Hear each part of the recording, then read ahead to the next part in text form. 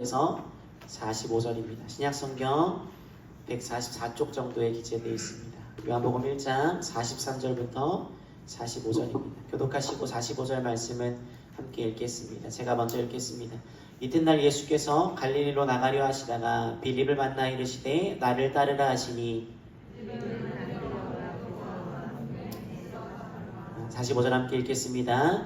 빌립이 나다나엘을 찾아 이르되 모세가 율법에 기록하였고 여러 선지자가 기록한 그 일을 우리가 만났으니 요셉의 아들 나사렛 예수니라. 아멘. 신앙으로 고백합니다. 주께서 부활하셨습니다. 성령께서 임하십니다. 아멘. 네, 오늘은 12 제자 5번째 인물로 빌립이란 사람에 대해서 나누기를 원합니다. 지난주까지 나누었던 베드로, 안드레, 야고보, 요한을 예수님의 제자 1그룹이라고 구분해 볼 수 있습니다. 예수님이 이 1그룹을 더 사랑했다라는 말이 아니라 교회 역사에 조금 더 주축을 이룬 사람들입니다. 두 번째 그룹은요, 1그룹만큼 주축은 아니었는데 매우 중요한 역할을 감당한 사람들입니다. 그리고 이 2그룹의 리더가 빌립이지 않았을까라고 성경학자들은 추론해 보곤 합니다. 이 빌립의 이름과 가정 배경을 좀 살펴보셔야 되는데요. 빌립이라는 이름에는 이 타고 다니는 그 말 있잖아요. 동물, 말을 사랑하는 사람이란 뜻이에요. 본래 베드로, 안드레, 야고보, 요한이라는 이름은 이스라엘에서 아주 오랫동안 흔했던 전통적인 이름입니다. 반면에 빌립이란 이름이 드러난 건 다른 이름에 비해서 그리 오래되지가 않았습니다. 바로 예수님이 이 땅에 오실 무렵 약 2000년 즈음부터 이 이름이 많이 쓰여지기 시작했대요. 그 즈음에 빌립이란 이름이 유행을 한 것입니다. 요즘도 시대마다 유행하는 이름들이 있습니다. 2025년 신생아의 이름 중에 남자아이 이름 순위가요, 도윤, 이준, 하준 이런 식의 이름이라고 합니다. 여자아이는 이서, 서아, 지안 같은 이름이래요. 요새는 약간 좀 부드러운 이미지를 주는 이름들을 선호한다고 합니다. 그러면 2000년 즈음 전에 왜 빌립이란 사람의 이름이 유명해졌느냐? 그건 당시에 전 세계를 호령하던 알렉산더 대왕 때문입니다. 여러분, 알렉산더 대왕은 성경을 잘 몰라도 역사를 좀 아시는 분들은 다 아시겠죠. 이 사람은 그리스 문화, 헬라 문화를 전파하고 전 세계를 거의 하나로 만든 엄청난 업적을 이룬 사람입니다. 이 알렉산더 대왕의 부친 이름이 바로 빌립입니다. 원래 영웅의 가족들도 덩달아 유명해지고 조명을 받는 것처럼 알렉산더 대왕이 유명해지고 나라들을 막 정복해 나가니까 그의 아버지 이름 역시도 자연스럽게 퍼져나가게 되었습니다. 그리고 이게 문화적인 요인이 있는데요. 당시 사람들은요, 유명한 사람을 본받기 위해서 그 사람과 동일한 이름을 지었다라고 합니다. 그래서 알렉산더 대왕이 통치한 지역, 이스라엘이나 시리아 지역에는 빌립이란 이름이 유행하게 됩니다. 빌립이란 사람은요, 아주 강력한 리더, 정복자라의 이미지를 가지고 있었대요. 알렉산더 대왕도 유명한데요. 그 전에 있었던 아버지 빌립 역시도 굉장히 힘이 있는 권위자였다라고 합니다. 그런데 여기서 반전이 하나 있는데요. 빌립이란 이름을 정통 유대인들은 선호하지 않았어요. 무슨 말이냐면 과거 우리나라가 창씨개명을 당했습니다. 일제의 지배를 받으면서 창씨개명을 강요당했죠. 그때 아주 깊은 애국심을 가지고 있던 사람들은 어떤 대가와 모진 고문과 협박에도 이름 바꾸는 것을 거부했습니다. 마찬가지로 보수적이고 정통적인 유대인들은 빌립과 같은 외국식 이름을 사용하지 않았대요. 빌립은 외국식 이름이거든요. 그러면 오늘 나누고 있는 이 제자, 이 사람의 이름이 빌립이라는 것은 무엇을 의미할까요? 혈통적으로는 유대인입니다. 이스라엘 사람인데 아마도 전통적이고 보수적인 사람은 아니었을 거라는 거예요. 그의 집안은 외부의 문화나 유행이나 흐름에 잘 융화되는 개방적인 배경을 가지고 있었을 것이다 라고 추정해 볼 수 있습니다. 여러분, 이런 개방성이 복음을 받아들이는데 도움이 되었을 거예요. 오늘날도 마찬가지인데요. 대부분의 유대인들은 예수를 잘 믿지 않습니다. 반면 빌립의 집안은 조금 더 유연한 곳이었다라고 이야기합니다. 그 빌립이 예수를 만난 장면이 오늘 우리가 읽은 요한복음 1장에 잘 기술되어져 있습니다. 1장 43절을 보시면요, 빌립을 만난 예수님이 빌립에게 나를 따르라 라고 말씀하시죠. 그러자 빌립이 예수님을 따라 나섭니다. 여러분, 말씀을 잘 보셔야 됩니다. 이 사이에 아무 사건이 없어요. 뜬금없이 만난 사람을 따라갑니다. 아이들에게 가르치는 게 있습니다. 모르는 사람 따라가면 돼요, 안 돼요? 안 돼요, 여러분. 감사합니다. 저희 첫째가 처음 어린이집을 다닐 때 주로 아내가 등원을 시켰거든요. 제가 아빠인 걸 모르니까 로운이를 데리러 왔다라고 말을 하면 낯선 경계의 눈빛을 보내는 거. 이렇게 선하게 생긴 사람이 없는데 저를 보면서 이렇게 보셨던 그 눈빛이 아직도 기억에 납니다. 빌립은 왜 처음 보는 동년배의 젊은 청년을 따라 나섰을까요? 44절에 그 힌트가 있습니다. 성경은 빌립의 출신지가 벳세다라고 명시하고 있죠. 벳세다는 어부들의 집, 물고기의 집이란 뜻입니다. 벳세다는 가버나움의 북동쪽에 위치한 마을인데 쉽게 말하면 어촌이에요. 우리로 따지면 소래포구 같은 곳입니다. 정확히 명시되어 있지 않은데 빌립 역시도 아마 어부로서의 삶에서 그다지 멀지 않았을 거예요. 또 어렸을 때부터 안드레와 베드로와 아는 사이로 지냈을 확률이 매우 높습니다. 동네가 그리 크지 않거든요. 43절만 읽으면 뭔가 드라마틱한 방법으로 주님을 따라간 것 같은데 아마 안드레나 베드로를 통해 예수님에 대한 사전 지식이 들어왔던 것 같아요. 그래서 성경이 이 이야기를 삽입하고 있습니다. 무슨 말이냐면 빌립에게는 예수님에 대한 지식이 이미 있었다라는 거예요. 빌립이 곰곰이 따져봤더니 예수가 따라갈 만한 존재라는 거예요. 그렇게 판단을 내립니다. 그래서 걸음을 함께 옮깁니다. 빌립의 판단을 눈치챌 수 있는 구절이 그 다음 구절인 45절에 나옵니다.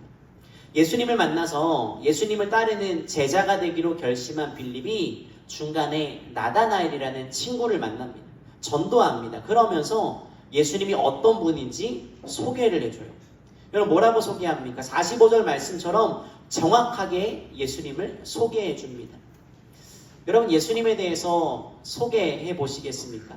무엇이라고 소개하시겠어요? 전도에 대해서 배워보신 분들은 아실 텐데요. 우리 주님이 어떤 분인지, 어떤 마음을 가지고 계신지 소개합니다. 잘 알아야 소개를 할 수 있어요. 여러분, 잘 보세요. 다른 사람에 대해서 소개를 할 때 당연히 내가 알고 있는 정보를 가지고 소개를 하게 됩니다. 그런데 한 번밖에 만나지 않은 예수님에 대해서 빌립이 아주 정확하게 소개를 해주고 있습니다. 그 말은 이미 예수님에 대한 정보를 가지고 있었고요. 만나면 따를 만한 존재라고 판단이 서 있었다라는 거예요. 이를 통해 살필 수 있는 베드로의 기질, 성격이 있습니다. 바로 신중함입니다. 요한복음 6장을 보시면 빌립의 성격을 잘 드러내는 장면이 있거든요. 바로 오병이어 사건입니다. 학자들마다 의견은 조금씩 다른데요. 많은 학자들이 동의하기는 그 돌판에 모여있던 사람이 최소 1만 명이 넘었을 거래요. 성인 남자만 5천 명이라고 계산이 됩니다. 여자와 어린아이까지 합치면 적어도 1만 명, 많게는 2만 명이 넘는 사람들이 모였을 거예요. 여러분, 한번 생각해 보세요. 1만 명이 넘는 사람들을 먹이려면 몇 개의 떡을 먹여야 될까요? 1만 개 정도는 적어도 필요하지 않겠습니까? 올 여름이 아주 더웠죠. 많은 사람들이 시원한 음료나 아이스크림들을 참 좋아하실 텐데요. 올해 유독 카페들마다 컵빙수가 유행이었습니다. 평소에 먹는 빙수는 너무 크고 비싸잖아요. 근데 한 명이 먹을 수 있는 적당량, 적당 가격이 매력적이었습니다. 정말 대란이었어요. 손님들도 좋아하고요. 사장님도 좋아합니다. 그런데 유일하게 웃지 않는 사람이 있어요. 누굴까요? 맞아요. 종업원이에요. 그 안에서 빙수를 막 만들어내는 종업원들의 얼굴은 썩어 있어요. 스타벅스 카페에서 주는 사은품을 얻으려면 일정량의 음료를 마셔야 합니다. 음료를 마실 때마다 이 쿠폰 개수가 쌓이거든요. 그걸 사은품으로 바꿔줘요. 뉴스를 봤는데 그 쿠폰 사은품을 얻으려고요. 커피 300잔을 한 번에 시킨 사람이 있었대요. 300잔을 막 만들면서 무슨 생각을 했을까요? 저주하지 않았을까요? 그럼 1만 명이 먹을 빵 그 자리에서 만드는 것 불가능했을 거예요. 얼마큼 만들어야 될지 가늠도 안 됩니다. 그런데 빌립이요, AI 같아요. 인공지능 같아요. 아주 딱 대답합니다. 선생님, 200데나리온 어치의 돈이 필요합니다. 아주 빨라요. 이 200데나리온의 이 말을요, 영어 성경은 8개월치의 봉급이라고 번역합니다. 한 달에 200만 원을 번다고 가정해 보자고요. 그러면 1600만 원 정도의 돈이 들어가는 큰 일이에요. 빌립이요, 진짜 빠르게 계산을 해냅니다. 신중히 판단해서 뭐라고 말해요? 안 됩니다 라고 말을 합니다. 생각을 많이 합니다. 그런데 여기서 조금 더 깊게 볼 수 있는 게, 이 사람은 신중하면서 동시에 부정적인 성향의 사람이었대요. 이 말씀을 원문에 가깝게 해석하면 이런 뜻입니다. 선생님, 200데나리온만큼의 떡이 있어도 이 사람들을 다 먹이지 못합니다 라고 해석할 수 있어요. 빌립의 성격을 이렇게 정리해 볼 수 있습니다. 정확한 계산을 낼 수 있을 정도로 치밀합니다. 신중합니다. 분석적입니다. 그러나 동시에 부정적인 사람입니다. 사실 성경에는 이 요한복음에 나타난 몇 개의 이 사건을 제외하면요, 빌립에 대한 기사를 찾기가 어렵습니다. 그래서 성경이 아니라 역사가 말하고 있는 사건을 따라가 보아야 합니다. 전해지는 역사에 따르면 이 빌립이 나중에 소아시아, 지금의 튀르키예를 중심으로 사역을 했대요. 특별히 라오디게아 교회와 골로새 교회를 중심으로 활동했다고 합니다. 이 세 지역이 삼각형으로 위치해 있는데요. 라오디게아, 골로새, 히에나폴리스, 이 세 곳을 금방금방 오갈 수 있거든요. 가까운 거리입니다. 지금도 그 지역에 가면 파무칼레라고 하는 유명한 온천 도시가 있습니다. 이렇게 생겼어요. 하얀 석회암들이 장관을 이루고 있고요. 저 사진은 접니다. 도시 전체가 하얀 눈에 덮인 것 같은 착각을 불러일으키는 아름다운 도시입니다. 바로 이 지역에서 복음을 전하고 활동한 것으로 잘 알려져 있습니다. 그렇게 사역을 하다가 체포를 당해 십자가를 지고 히에라폴리스 언덕에서 순교를 당합니다. 지금도 그 지역에는 사도 빌립 순교교회, 사도 빌립의 무덤이 남아 있습니다.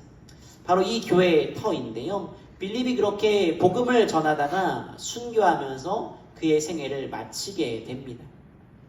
지금까지 우리는 빌립의 삶과 배경을 간단하게 살펴보았습니다. 여러분, 빌립의 이야기를 나누면서 우리가 기억해야 될 두 가지의 포인트가 있습니다. 첫 번째는요, 좋은 사람들을 곁에 두셔야 돼요. 오늘 우리가 읽은 요한복음 1장 43절에서 45절의 말씀만 봐도 빌립을 곁에 두고 안드레와 베드로가 등장합니다. 또 이후에 나다나엘이라는 걸출한 신앙의 사람이 등장하죠. 오늘 나오지 않는데요, 야고보와 요한 역시도 그들의 형제였으니까 포함되어 있었을 겁니다. 성경은요, 빌립을 주로 혼자 언급하지 않습니다.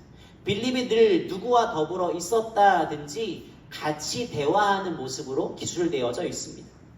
빌립의 성향이 조금 우울하고 부정적인 성향이라고 말씀드렸죠. 아마도 이런 대화, 주변에 있는 좋은 믿음의 사람들과의 우정 속에 믿음에 도달하고 믿음을 강화시킬 수 있는 큰 도움을 얻었을 거예요. 여러분, 우리에게도 좋은 믿음의 동역자가 필요합니다. 신앙은 결국 하나님과 우리 둘 사이의 문제이지만 나 혼자만의 힘으로 좋은 신앙의 여정을 가는 것은 불가능한 일입니다. 결코 쉬운 일이 아니에요. 여러분 곁에는 좋은 믿음의 사람들이 있으십니까? 저에게는 신학교 동기들이 그렇습니다. 2005년에 신학교에 입학을 했는데 20년이 지나면서 지금도 함께 교제하고 여러 가지 기도 제목을 나누고 있습니다. 정기적으로 모여서 삶과 사역을 나누고 어떻게 하면 더 좋은 하나님의 나라를 세워갈까 같이 이야기를 나눕니다. 저는 우리 별빛교회 식구들이 서로에게 그런 존재가 되기를 바랍니다. 여러분이 서로를 격려해주고 함께해주는 사람이 되었으면 좋겠어요. 또한 여러분의 가족이 그런 가족이 되기를 간절히 축복합니다. 혹시나 그러지 못하다면 기도하시기 바랍니다. 저도 저희 아버지의 전도를 위해 거의 20년 동안 열심히 기도했던 것 같습니다. 여러분, 교회가요, 교회 밖에 있는 친구들과 다른 특별함이 있습니다. 바로 서로를 위해 기도해 줄 수 있다라는 거예요. 여러분, 우리에게 고민을 들어주고요, 같이 밥 한 끼 먹으며 시간을 보낼 수 있는 건 친구라면 다 할 수 있는 일입니다. 그런데 예수를 믿기에 서로를 위해 기도해주고 힘을 줄 수 있다는 것, 이거 정말 특별한 일입니다. 그러니 여러분, 저에게 감사하시기 바랍니다. 제가 여러분을 위해 기도하고 있거든요. 여러분 주변에 빌립의 친구들처럼 정말 좋은 믿음의 사람이 넘치기를 간절히 소망하며 축복합니다. 두 번째요, 굉장히 중요한 이야기, 오늘 주되게 나누고 싶은 이야기인데요, 바로 나를 깨뜨리셔야 돼요. 오병이어 사건 이야기를 다시 기억해 볼까요? 여기 보면 주님이 빌립이 어떻게 하실지를 이미 알고 계셨습니다. 그리고 빌립에게 물으셨다라고 말하죠.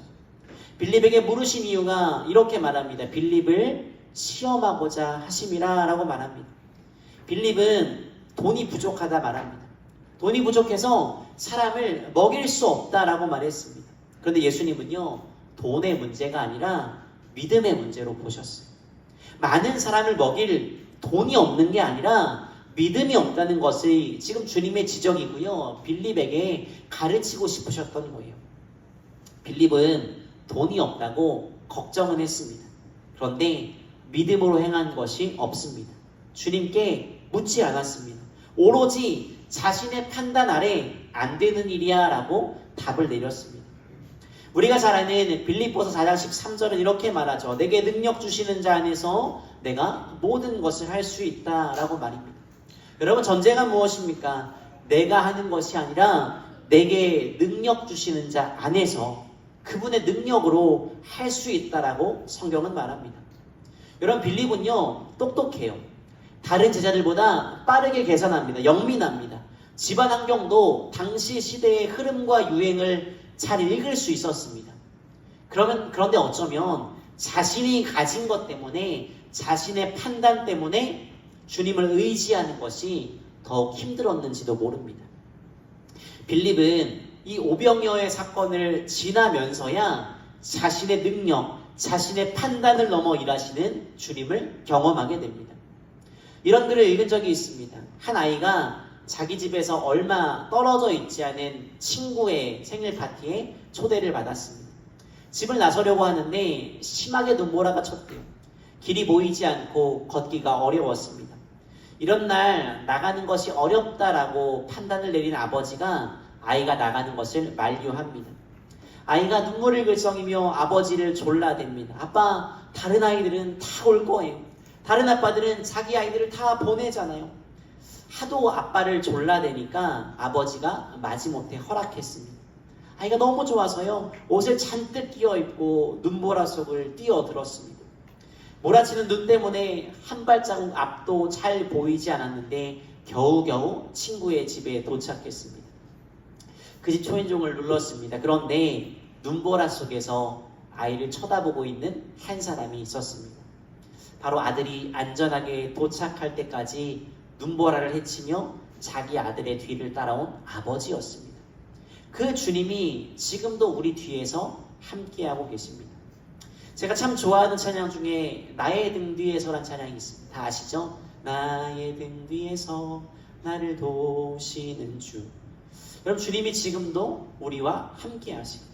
우리는 흔히 내가 가진 능력을 보면서 할 수 있다 혹은 할 수 없다를 판단합니다. 그런데 주님은요, 아주 작고 보잘것없는 것을 통해서도 커다란 일을 이루어 가십니다. 어린아이가 가지고 왔던 물고기 2마리와 보리떡 5개를 가지고 기적을 행하시는 분, 그분이 바로 우리의 등 뒤에 지금도 함께 하시는 분이십니다. 빌립은요, 이 오병이어 사건을 통해서 자신의 삶에 주님을 넣는 것을 배우게 됩니다. 제가 썼는데 진짜 멋진 표현이에요, 여러분. 빌립이요, 자신의 삶에 주님을 넣는 것을 마침내 배우게 됩니다. 여러분, 우리의 삶에 주님을 넣으셔야 됩니다. 우리의 삶에 주님을 집어넣으셔야 됩니다. 내 경험, 내 지식, 내 논리, 내 계산보다 하나님이 더 크신 줄 믿으시길 바랍니다. 그분이 하시고자 하면 다 됩니다. 빌립이 이 과정을 오병이어를 통해 겪게 됩니다. 오늘 우리에게도 이 믿음과 과정이 필요합니다.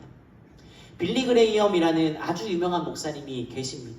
이분이 신학교를 다닐 때 수업을 듣다 보니까 신앙이 많이 흔들리게 되었답니다. 하루는 너무 깊은 고민이 찾아와서 성경책을 품에 안고요, 시카고에 있는 한 숲속을 거닐면서 이렇게 기도했답니다. 하나님, 제가 여러 가지 학문을 접하다 보니까 어느새 제 마음에 이 성경에 대한 의심이 생기기 시작했습니다.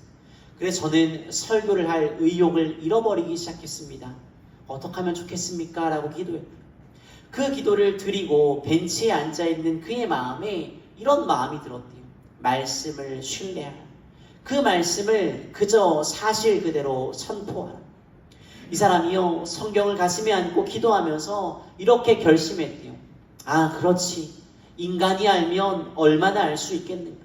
하나님의 진리보다 내 생각이 더 클 수 있겠는가. 그렇다면 나는 성경을 해부하려고 하지 않겠다. 성경 앞에 내 생각과 내 모든 논리까지도 심사를 받겠다라고 결심했다. 그래서 이 사람이 나중에 설교할 때요, 이렇게 설교합니다. 성경이 말씀하시기를이라고 말하며 설교를 시작해요.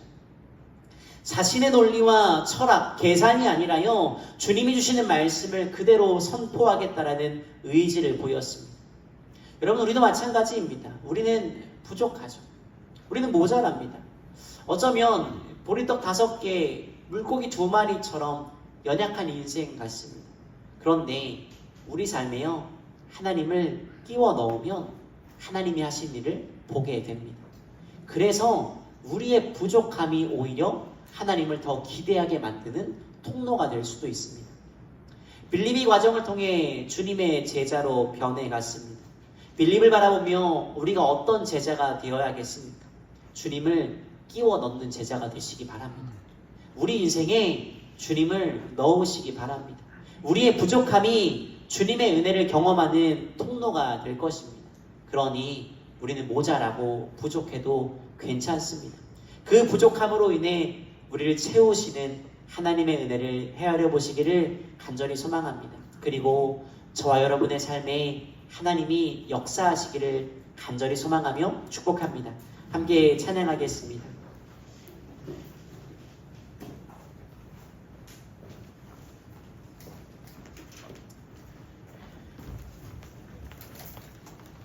세상 흔들리고 함께 찬양합니다.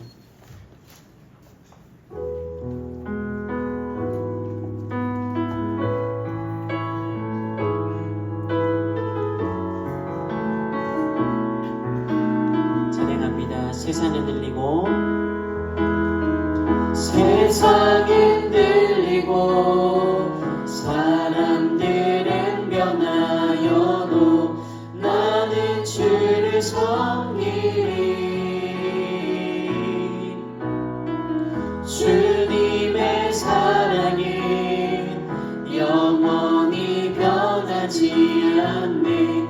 나는 주를 신뢰해. 믿음을 들리 기도할 때 빌립과 같이 하나님을 나의 삶에 넣는 인생 될 수 있도록 도와주시옵소서. 내 생각, 내 판단, 내 계획보다, 내 계산보다 훨씬 더 크신 주님을 의지하며 살아가는 믿음을 더하여 주시옵소서라고, 여러분의 삶에 그 하나님이 들어가셔야 되는 영역이 있지 않습니까? 하나님께 내어 맡기며 우리의 삶을 드리며 참 그대로 살아가겠다고 주여 한번 부르셔 다시 기도하도록 하겠습니다. 기도합니다. 주여 하나님 도와주시옵소서. 하나님 도와주시고 하나님 도와주옵소서. 하나님 도와주옵소서. 하나님 우리가 우리의 삶에 주님을 넣고 살아가는 인생 될 수 있도록 도와주시옵소서. 하나님 우리가 주님을 넣게 되는 삶 될 수 있도록 도와주시옵소서. 하나님 우리 삶 가운데 하나님 내 계산, 내 판단, 내 의지를 가지고 주님을 바라보는 것이 아니라 하나님 앞에 살아갈 수 있도록 도와주시옵소서. 하나님 우리 가운데 믿음을 도와주시옵소서.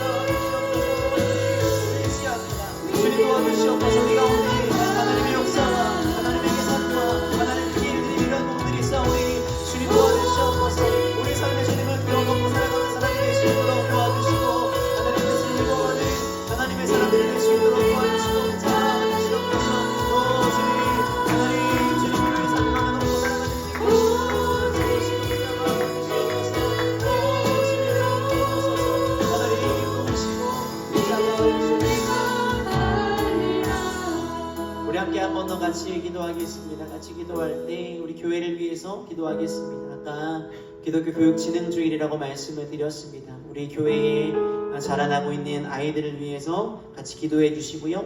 특별히 오늘 다음 주에 있을 성경학교 은혜 중에 잘 진행될 수 있도록 도와주시고 안전한 일, 또 어떤 어려움도 생기지 않도록 도와달라고, 또 우리 아이들의 마음 가운데 복음의 씨앗, 믿음의 씨앗이 심겨지는 귀한 시간 될 수 있도록 도와달라고 우리 아이들을 위해서 또 성경학교를 위해 주여 한번 불러서 같이 기도하도록 하겠습니다. 기도하시겠습니다. 주여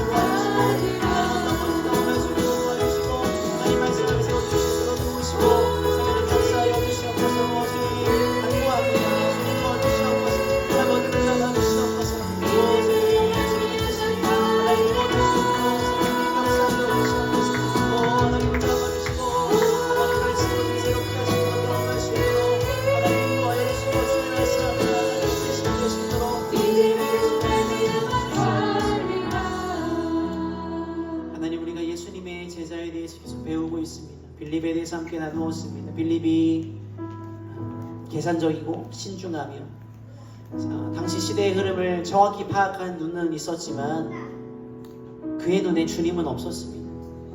빠르게 200데나리온이라는 계산을 해냈지만 주님을 계산에 넣지 못하였습니다. 하나님, 이것이 우리의 모습은 아닙니까? 우리가 삶을 살아가며 내 애씀, 내 노력, 내 상황과 내 계획만을 바라보며 하나님을 우리 삶 가운데 넣지 않는 그런 모습은 아닙니까? 주님, 결심합니다. 주님, 우리 삶에 넣고 살아갈 수 있도록 도와주시옵소서. 아니, 주님이 우리 삶의 주도권을 가지고 살아가는 것을 경험할 수 있도록 도와주옵소서. 그래서 내 머리로 계산할 때는 그 정도밖에 경험하지 못하겠지만 주님을 넣을 때 하나님 크기의 일들을 경험했던 것처럼 오늘 우리의 삶에 그런 역사를 경험할 수 있도록 도와주시옵소서. 주의 크기에 도우심이 필요한 부분들이 있습니다. 여러 기도의 제목들이 있습니다. 주님, 그 자리에 내 걱정, 내 근심, 내 판단, 내 계산이 아니라 주님이 위치해 주십시오. 주님이 우리의 문제를 주도해 주십시오. 그래서 하나님이 해결하시는 것, 하나님이 일하시는 것을 경험할 수 있도록 성령님 붙잡아 주시옵소서. 특별히 오늘 우리 교회학교 아이들을 위해서 기도합니다. 오늘과 다음 주일에 성경학교가 진행됩니다. 이스라엘 백성들을 사랑하신 주님의 그 놀라운 사랑이 오늘 우리 아이들을 향한 사랑임을 기억하고 배워 나갈 수 있도록 도와주옵소서. 복음의 씨앗이 심겨지게 도와주시고 말씀이 자라 결실을 맺는 귀한 아이들 될 수 있도록 도와주시옵소서. 세상이 자꾸 하수상합니다. 많이 어지럽습니다. 뉴스를 들면 나라는 참 많이 어지럽고 혼란스럽습니다. 이런 시대에 우리 아이들이 세상의 시류에 그저 젖어 살아가는 것이 아니라 주의 말씀 안에 자라갈 수 있도록 도와주시옵소서. 이 일을 맡아 수고하는 교사들, 또 2주간 애쓸 섬김이들이 있습니다. 이들에게 능력 더하여 주셔서 잘 감당할 수 있도록 도와주시고, 아이들 양육하는 것이 쉽지 않지만 하나님의 사랑을 가지고 돌볼 수 있도록 그들의 마음에도 넉넉한 사랑을 더하여 주시옵소서.